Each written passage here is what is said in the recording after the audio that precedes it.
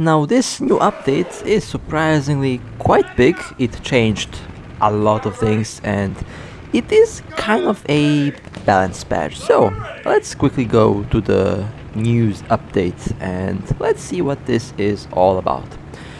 So this is the 9th of July 2023. A very nice picture here.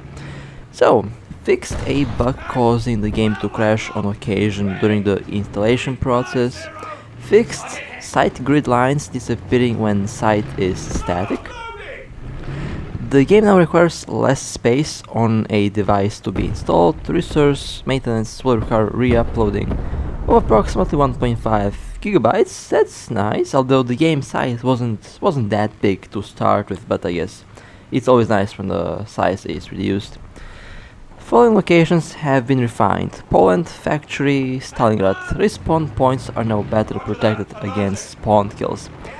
Now, besides them changing some of the things in the maps, they changed the maps themselves. They changed the buildings a little bit.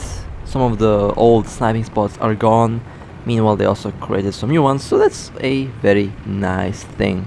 It makes the maps a bit more dynamic and engaging, I guess. Availability range has been added to the hangar before a battle. That's a very nice new change. A crosshair has been added to the tank site. The crosshair is available in the options tab of the settings menu. The free camera is now available while controlling the aircraft. A collapse expand button has been added to the interface editor menu. Alright. Indication of tapping on the vehicle damage model has been added. Translucent effects through stones have been fixed. Now, I haven't personally experienced this one, at least I didn't notice, but not really sure how this did affect the game. I did have issues where I was looking through the tanks when aiming, but never had the issue to see translucent stones or stuff like that. An aircraft lead marker for ground vehicles, which are now SPAA, have been added. Okay, that's I think something that was needed. Although I shoot down planes without using any type of lead marker because I don't need them when aiming for planes. An issue of rocks being shot through as well as buildings hanging in the air in the Japan location has been fixed. Alright. A bug has been fixed that prevented parts and FPE replenishment while spawning in a backup vehicle. Excessive rambling of the aircraft side camera while shooting has been fixed. Now, this is actually a problem that I used to have. Glad to see it fixed. Moving the control stick to the right side of the screen no longer affects camera movement. The missing letter issue on The missing letter issue on Mali GPU devices has been fixed. Mali GPUs always giving problems. Okay. Google Play authorized players with nickname decoration now displayed correctly. Added vignette effect when aiming.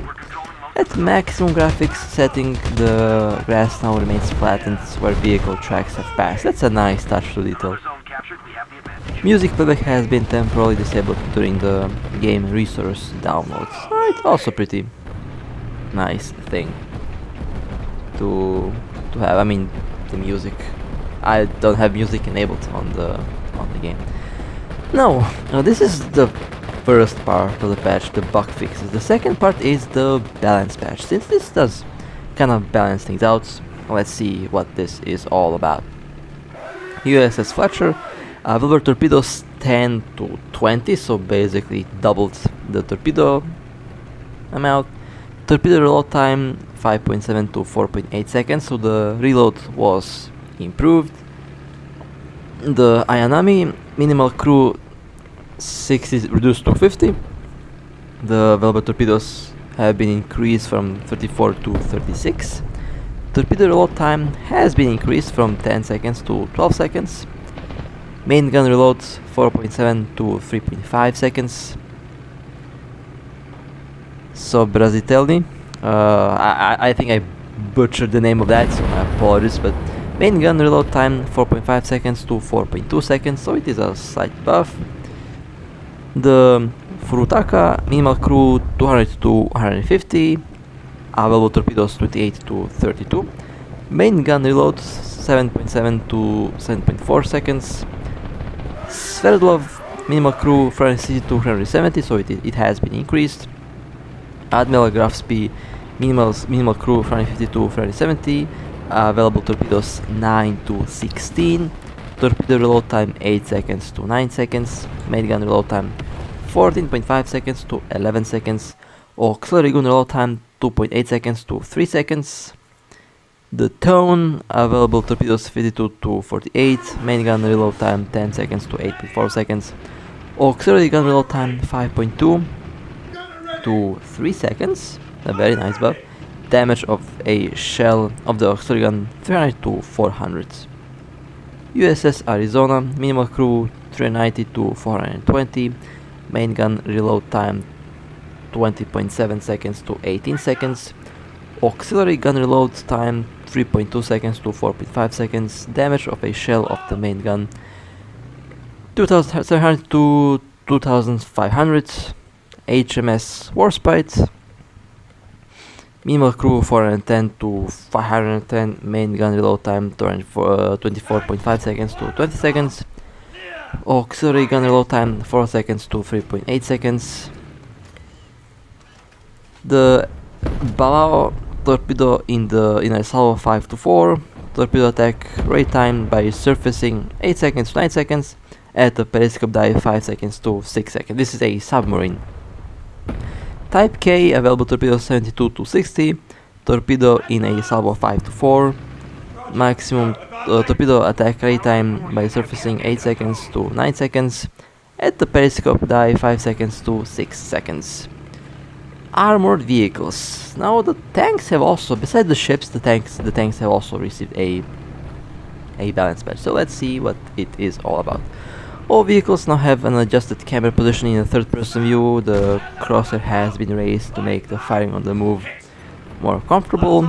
Main gun reload time has been reduced for the following vehicles. Now, about the camera, now I'm sure that this change is pretty good for the vast majority of players, since I was one of the players who did struggle with the aiming on the move.